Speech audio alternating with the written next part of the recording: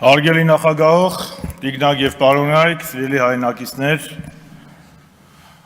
Արցախի ազգային ժողովի ներկայացուցիչներ։ 7 տարի առաջ այս ամբիոնից Հայաստանի վարչապետի Արթուր զբաղեցնող անձը արցախահայերի խոստանում էր անվտանգ ապագա,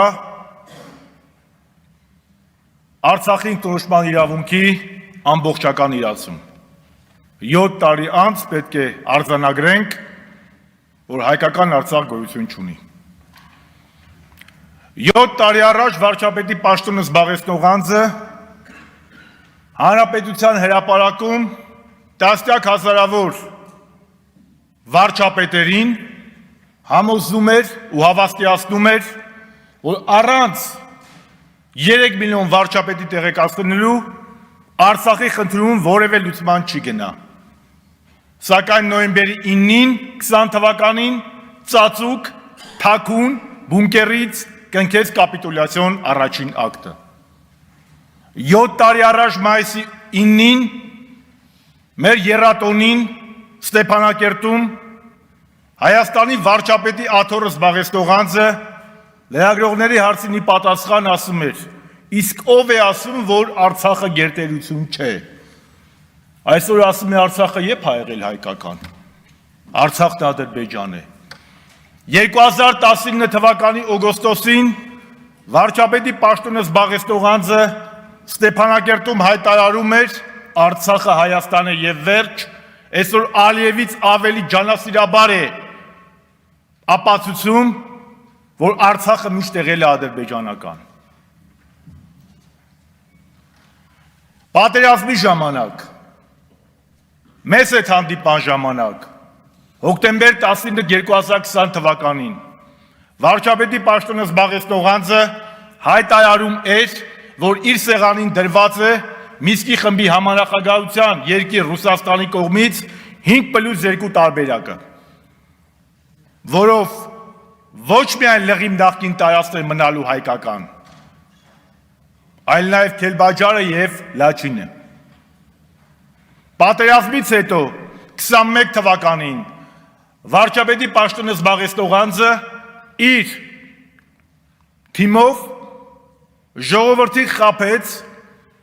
և գնում էր ընտրությունների անջատում հանուն փրկության Շուշի և Հադրութի դեօկուպացիայով։ Սակայն 2023 թվականի սեպտեմբերին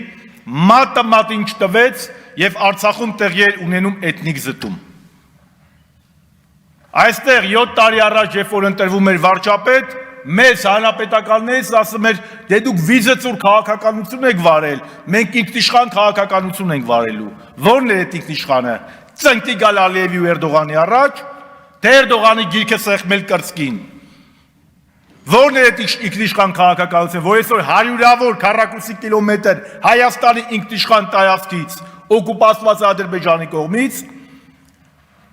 որ Արցախի ռազմաքաղաքական ղեկավարները եւ մեր հայորդիները այսօր գտնվում են Բաքվի բանտերում, ու Հայաստանի իշխանությունը վախում է ծպտուն հանի, դա է ինքնիշխան քաղաքականությունը, թե որ Արարատ լեռից է հրաժարվելու ցեղասպանության միջազգային ճանաչումից, դա է ինքնիշխան քաղաքականությունը։ Պատճառները բազմաթիվ են Նիկոլ Փաշինյանին անվստահություն հայտնելու համար, բայց գլխավոր պատճառը, որ նա մեզնից գողացել է մեր հայրենիքի մի մասը, հայոց երկրորդ հանրապետությունը, Արցախի հանրապետությունը։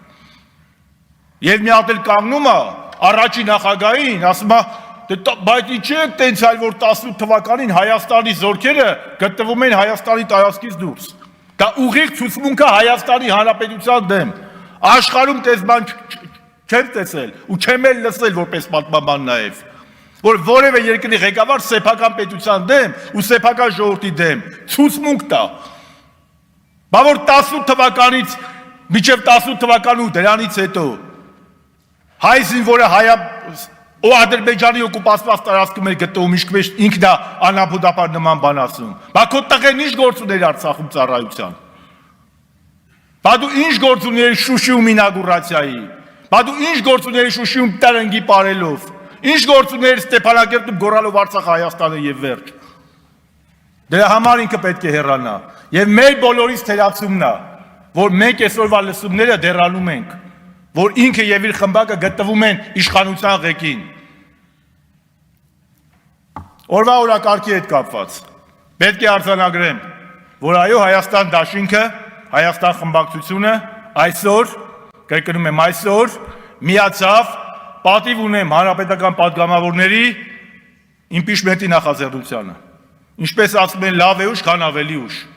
Դրանով արձանագրենք մի բան, որ մեր գործընկերների այն մտահոգությունները, որ վարչապետին անվստահություն հայտնելու գործընթացը անլուրջ է, այսօրվանից լրջացավ, եւ որ միտված է իրենց դեմ, իրենք էլ հասկացան, որ նման միտում որևէ մեկը չենք ունեցել,